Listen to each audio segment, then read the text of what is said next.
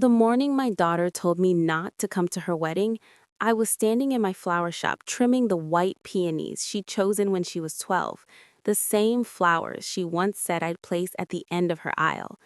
At first, I thought she was overwhelmed, until she told me the venue had already handled everything, even though I was still paying the invoices.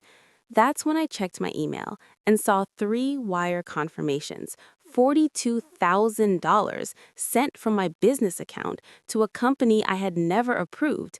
And when I looked closer, I noticed the company owner shared the same last name as my future son-in-law. But the part that made my hands go cold wasn't the money. It was realizing my daughter hadn't just asked me to stay away from her wedding. She was trying to keep me from discovering why the entire wedding suddenly needed my money days before it even began.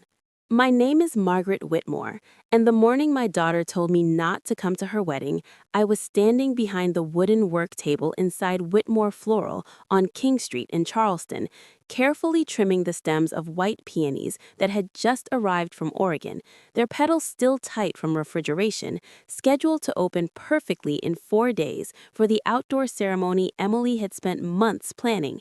And I remember how quiet the shop felt compared to the constant calls and texts we had exchanged for weeks, because Emily had always called every day during the final stretch, asking about ribbon textures, aisle spacing, delivery timing, even the angle of the ceremony arch. Small details that mattered because they meant she still wanted me involved. But that morning when my phone rang and I answered, her voice sounded calm in a way that didn't match the urgency of the week. And she said carefully, almost rehearsed, "Mom, I think it might be better if you didn't come to the wedding." And I stopped trimming mid-stem because the sentence didn't make sense, not after she had approved the final floral layout just 2 days earlier, not after we had finalized logistics together, not after months of planning together. And I asked her quietly what she meant. And there was a brief hesitation before she explained that the venue had taken over coordination, that there were too many moving parts, that she didn't want me stressed. And the explanation sounded neat, controlled, like she had practiced it. And as she spoke, I looked down at the supplier invoice in my hand, nearly $9,000 for imported garden roses, and I realized something didn't fit. Because if the venue had handled everything, why was I still receiving final billing? And while she continued speaking, I opened my laptop, pulling up my email inbox, and that's when I saw the wire confirmations I hadn't noticed earlier. Three separate transfers labeled Harbor Event Logistics, totaling $42,000 sent from my business account within the last 24 hours. And I felt a slow tightening in my chest, because I never authorized large transfers without reviewing contracts. And when I opened the authorization emails, I noticed something else. The messages had come from an address nearly identical to Emily's, but not quite. One letter different in the domain, subtle enough to miss unless you were looking closely. And suddenly, her calm voice on the phone sounded different. Her insistence that everything had been handled, her request that I stay away. And I asked her again, more carefully this time, who had taken over coordination. And she answered quickly, saying Ryan's family had recommended an additional logistics team and that the payments had already been handled. And there was a small pause after she said it, like she was waiting to see how I would respond. And when the call ended, I stood in the quiet shop, the hum of the refrigerators filling the space, staring at the confirmations, because someone had moved $42,000 from my account without my approval, and my daughter had just asked me not to attend the one place where I might ask questions. And I tried to tell myself it was wedding stress, last-minute changes. But the more I looked at the transfers, the less it felt like planning, and the more it felt like urgency. And I picked up my phone and called my bank's fraud department. And as I waited for the call to connect, I realized something that settled slowly in my chest. That after months of helping build this wedding, I might not just be arranging flowers. I might be stepping into something my daughter didn't want me to see, something that required $42,000 days before she walked down the aisle. If you want to see what I discovered when the bank answered, stay with me. And if you enjoy stories where small details slowly expose uncomfortable truths, don't forget to follow and subscribe, because what I learned next made me realize the wedding wasn't the only thing being quietly arranged. The fraud department answered on the third ring, and I stepped into the back office of my shop, closing the door softly behind me as the morning light filtered through the frosted window. And I explained that 3 wire transfers had been sent from my business account that I didn't remember authorizing. And the representative asked me to confirm the transaction numbers. And as I read them aloud, I noticed how steady my voice sounded compared to the unease building slowly in my chest. And after a short pause, she told me something that made me grip the edge of the desk. She said the transfers had been approved using my business login credentials, followed by a 2-factor authentication code sent to my registered phone number. And for a moment, I didn't understand, because my phone had never left my pocket overnight, and I told her that. And she hesitated slightly before adding that the codes had been entered within seconds of being delivered, which usually meant whoever authorized the transfers had direct access to the phone at the time. And I felt a slow, uncomfortable realization begin forming, because over the past week, Emily had stopped by the shop several times to help finalize delivery schedules, and twice she had borrowed my phone to confirm vendor addresses while my hands were full with flowers. And I remembered how casually I had handed it to her, the way you trust your own child without thinking. And I asked where the money had been sent, and she confirmed the recipient account belonged to Harbor Event Logistics. And then she added something else that shifted everything further. The receiving account had been opened just 3 weeks earlier and flagged internally because of large incoming deposits followed by scheduled withdrawals. And suddenly, the numbers in front of me didn't look like wedding expenses anymore. They looked like a temporary holding account. And when I hung up, the shop felt quieter than before, the faint scent of peonies filling the air while I replayed the past few weeks in my mind. The sudden vendor changes, the urgency in Emily's messages, the way she had gradually stopped inviting me to planning meetings. And without fully deciding to, I searched Harbor Event Logistics again, this time checking state business records more carefully. And within minutes, I found the registration filing, created 22 days earlier, and the listed manager wasn't Ryan Carter, my future son-in-law, but Daniel Carter, his older brother. And I leaned back slowly in my chair because I remembered Ryan mentioning once, months ago, that his brother's construction company had been going through financial difficulties after a project dispute. And I searched further, finding a recent lien notice connected to Daniel's company, along with a pending investor complaint filed just 2 weeks earlier. And the timing lined up too neatly to ignore. And I picked up my phone, scrolling through my recent messages with Emily, noticing how each transfer matched a short, urgent message she had sent about last-minute coordination changes. And for the first time, I considered something I hadn't wanted to think before, that Emily might not just be unaware of what was happening, she might be helping manage it.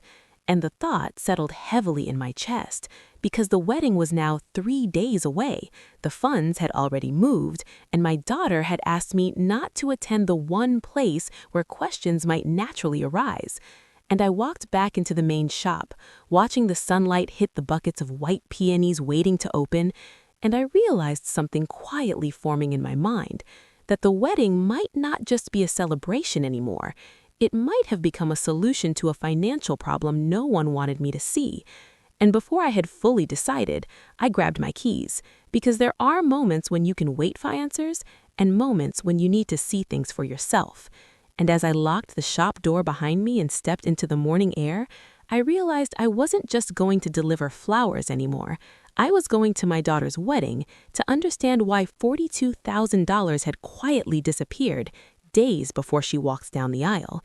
If you want to see what happened when I arrived at the venue earlier than anyone expected, stay with me. And if you like stories where small details slowly expose bigger truths, don't forget to follow and subscribe, because what I saw that morning made me realize the wedding wasn't just under pressure, it was already beginning to crack.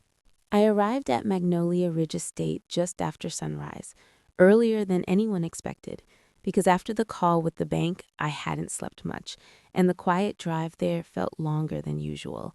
The early morning fog still hanging low across the gravel road as I pulled my van beside the service entrance, And for a moment, I sat behind the wheel watching the property wake up slowly. Staff unloading chairs, the faint sound of generators humming near the tent area, and I realized how strange it felt to arrive at my daughter's wedding, like a vendor instead of her mother, carrying buckets of white peonies through the side entrance while assistants moved past me without recognizing who I was. And we began assembling the aisle arrangements exactly as Emily had described months earlier. The soft white flowers lining the path beneath oak trees draped in Spanish moss. And as the sun rose, the ceremony space slowly transformed into something delicate and beautiful. And I stood back for a moment, realizing I had still built the wedding she dreamed about, even after being asked not to come. And that thought settled heavily in my chest, just as I heard footsteps behind me.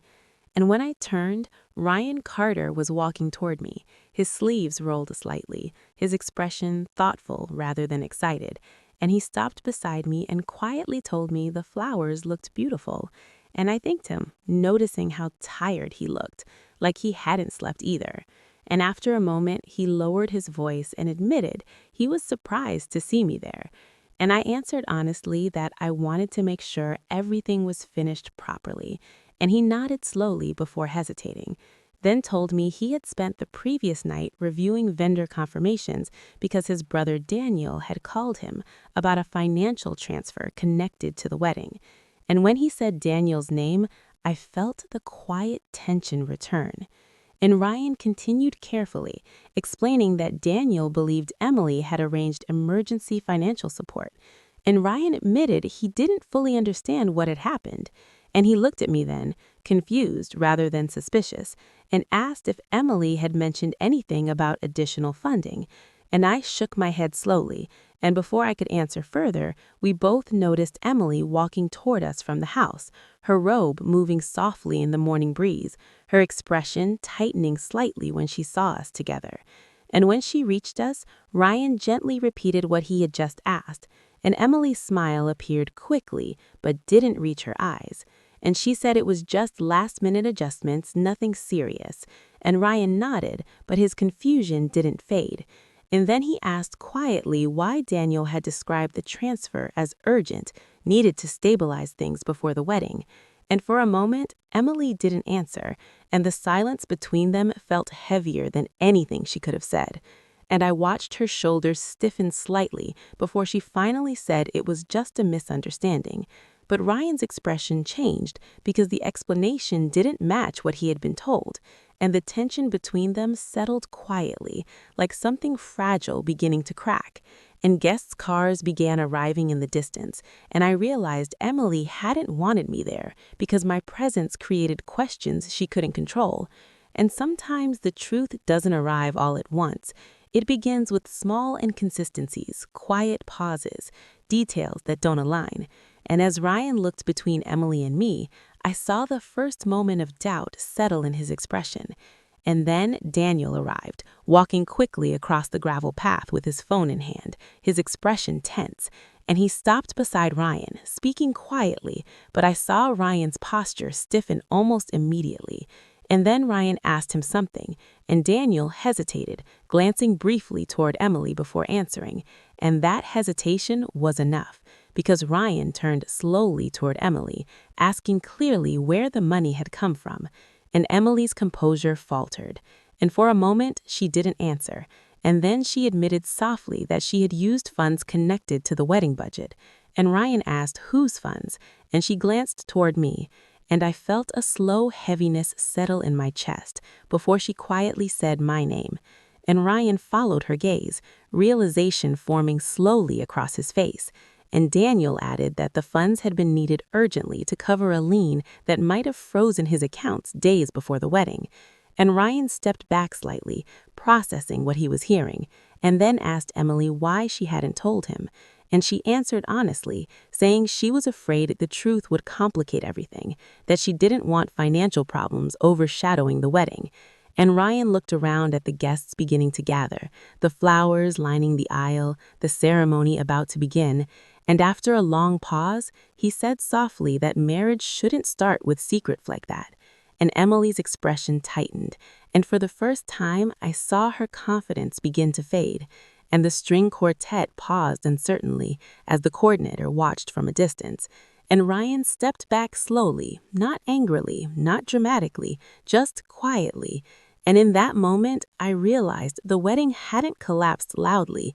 It was unraveling gently, like something carefully built that could no longer hold its weight. And Emily stood there in her white dress, surrounded by the peonies she had chosen as a child. And I understood something settling deeply in my chest, that I had still given her the wedding she dreamed about. But sometimes, even the most beautiful arrangements can't hold together when trust begins to fall apart. And as the morning sunlight filtered through the oak trees and guests waited in uncertain silence, I realized the day she asked me not to come to her wedding, she wasn't just hiding a secret, she was trying to delay the moment when the truth would finally change everything. If this story reminded you how quietly trust can break, stay with me. And if you enjoy stories where real emotions unfold behind perfect moments, don't forget to follow and subscribe, because sometimes the most unforgettable endings aren't loud. They're the ones that happen in silence.